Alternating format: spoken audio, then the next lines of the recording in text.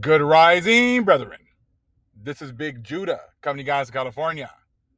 Before I begin, give all praise to the Most High Yahweh. Acknowledgement to the earthly mother. Who is wisdom? Who is the Holy Spirit? Acknowledgement to Yahweh Shai. I pray the Most High blesses this lesson this evening, gives us more knowledge and understanding of the events of the past, in order to understand events that are currently happening on the earth, so we get a much better understanding of the things that are soon to come on the earth. Brother, gonna make a quick video here real quick and see more information about how the Gentiles have inherited lies passed down by their forefathers. See, they've gone all over the world, putting people in our lands, giving them our traditions, heritage, and they're doing those things all the way until today. That's why even today they're still trying to act as if they have some part to play in this end times prophecy. They've still elevated themselves to these high positions, and these high players and these prophecies here at the end. Check this information out. Like I said, like at the end, this is what it's going to be like. All these Gentiles are going to realize that all the things that they've been told have been lies, and that they've fallen for the lies and the deceit of the deceiver. Just going to read a little bit today. Check this out. We're going to get into Atlantis, the antediluvian world by Ignatius Donnelly. Now, what's crazy is, even now they're doing movies about Atlantis. And, they're always showing them like, our boy Aquaman. All of them, white people that, they were the ones that were inhabiting Atlantis. They're the ones that came, that have been here from like just primordial times, in ancient times. They're the ancient people that have always been here.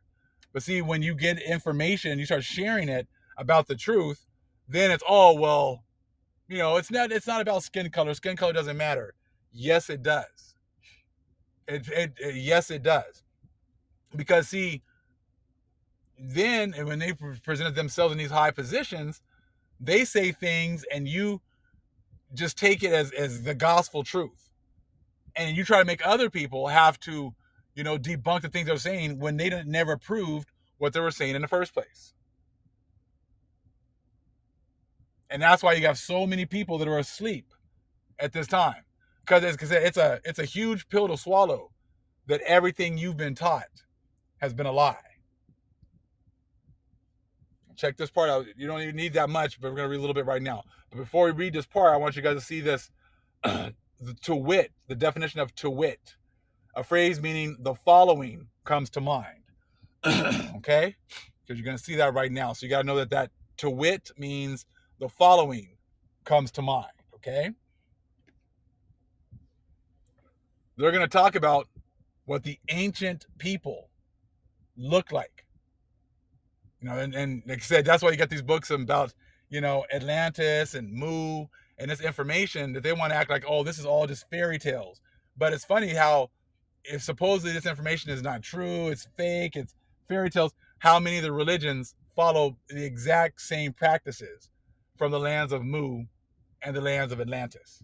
If it's all fake and phony, then why are you following the same practices? Why are you worshiping the same gods? You just change the names a little bit, but you still follow many of the same practices and follow the same gods, and you do many of the same traditions that were going on at Atlantis. Now we got right here. We thus find the sons of Ad at the base of all the ancient races of men, to wit. So it comes to mind. These are the ancient ones they're talking about. The Hebrews, the Arabians, the Chaldeans, the Hindoos, the Persians, the Egyptians, the Ethiopians, the Mexicans, and the Central Americans. Testimony that all these races trace their beginning back to a dimly remembered Atlantis. So see, they're hiding where all these peoples originated from. If they all came from one source, then it would make sense that they would all pretty much kind of look the same. Okay, yeah, I mean, there's going to be different complexions, things like that. Yes, I get that, but they put all these different people in these lands in order to hide your history, and that's huge right there. Again, we thus find the sons of Ad at the base of all the most ancient races of men, to wit, it comes to mind the Hebrews, the Arabians, the Chaldeans, the Hindoos, the Persians, the Egyptians, the Ethiopians, the Mexicans, and the Central Americans. Testimony that all these races trace their beginning back to a dimly remembered Atlantis. Okay, and we also know that it goes back to Mu as well. Okay, the traces of red men or copper colored races are found in many parts of the continent. Pritchard divides the true Negroes into four classes.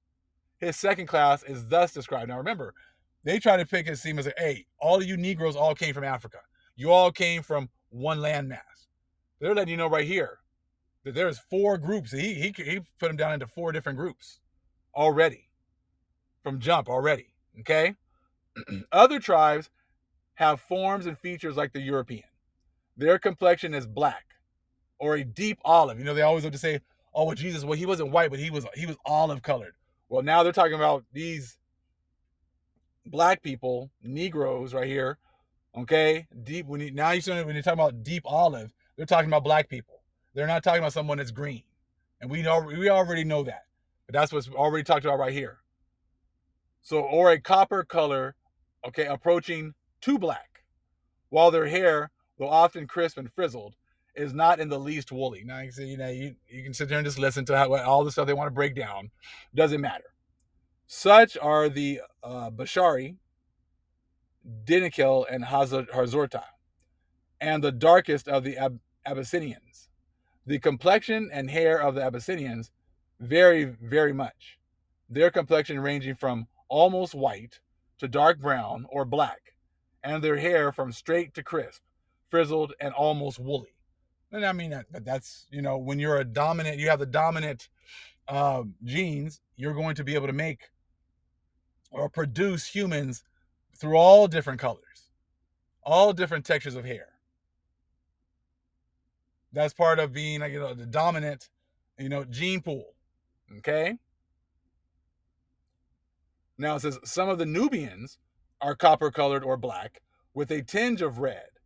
On the northern coast of Africa, between the Mediterranean, okay, and the Great Desert, including Morocco, Algiers, Tunis, Tripoli, and Benghazi, there is a continuous system of highlands, which have been included under the general term Atlas, anciently Atlantis, now the Barbary states.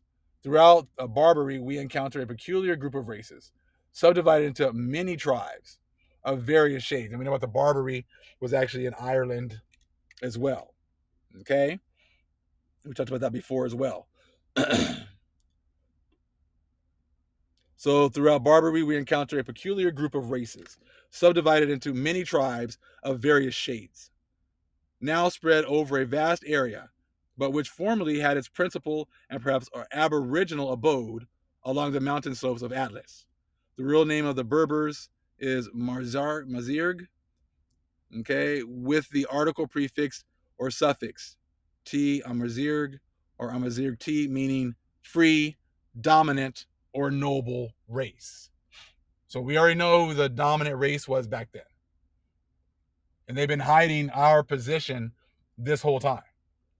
That's why the scriptures are talking about a certain family, because they come from a noble people, a noble race. The Bible is not for everyone. It is dealing with a noble people and a noble race. And that's why these prophecies are revolving around those people. We have every reason to believe the Berbers existed in the remotest times with all their essential moral and physical peculiarities. They existed in the time of Menes in the same condition in which they were discovered by Phoenician navigators previously to the foundation of Carthage. They are an indomitable nomadic people who, since the introduction of camels, have penetrated in considerable numbers into the desert and even as far as Nigritia. Some of these clans are white, others black with woolly hair.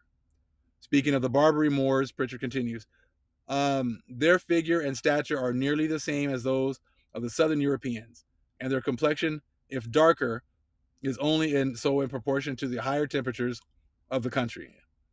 It displays great varieties. Okay. And Jackson says the men of Temsina and Shoia are a strong, robust make and of a copper color. The women are beautiful.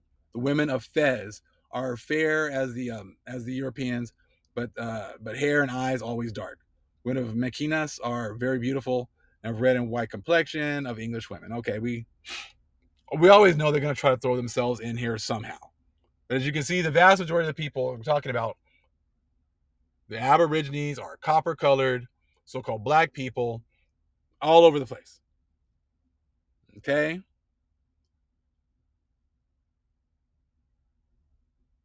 Let me see here. And so you can read the rest of that on your own. I wanted you guys the opportunity to kind of read that on your own as well.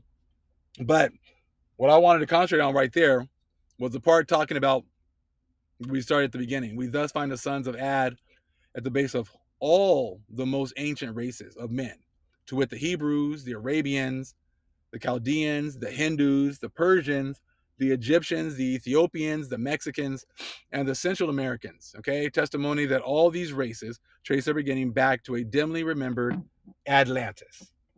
So these people knew where they came from, and they've gone out of their way to hide the fact that all these different groups can trace their lineage back to Atlantis. I'm sure also back to Mu.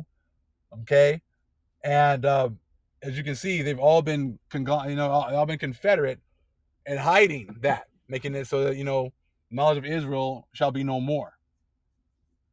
The knowledge of Atlantis and Mu shall be no more. Hiding all this very important information, hiding all these technological advances. But they came and built them on these lands as well. That's why you're finding these pyramids all over the world, because people from these lands migrated after the islands were destroyed. They all migrated to these different areas. One of the family members put a great post, sent me a great message on Patreon, and it was like it made a great connection, talking about remember how when Joseph was going to be elevated to second in line, that the people were around him were trying to conspire so he couldn't get that position. So they said that he needed to be able to speak to all the different people in the world. So he had to learn like 70 languages before he could get to that position of being second in command under the Pharaoh.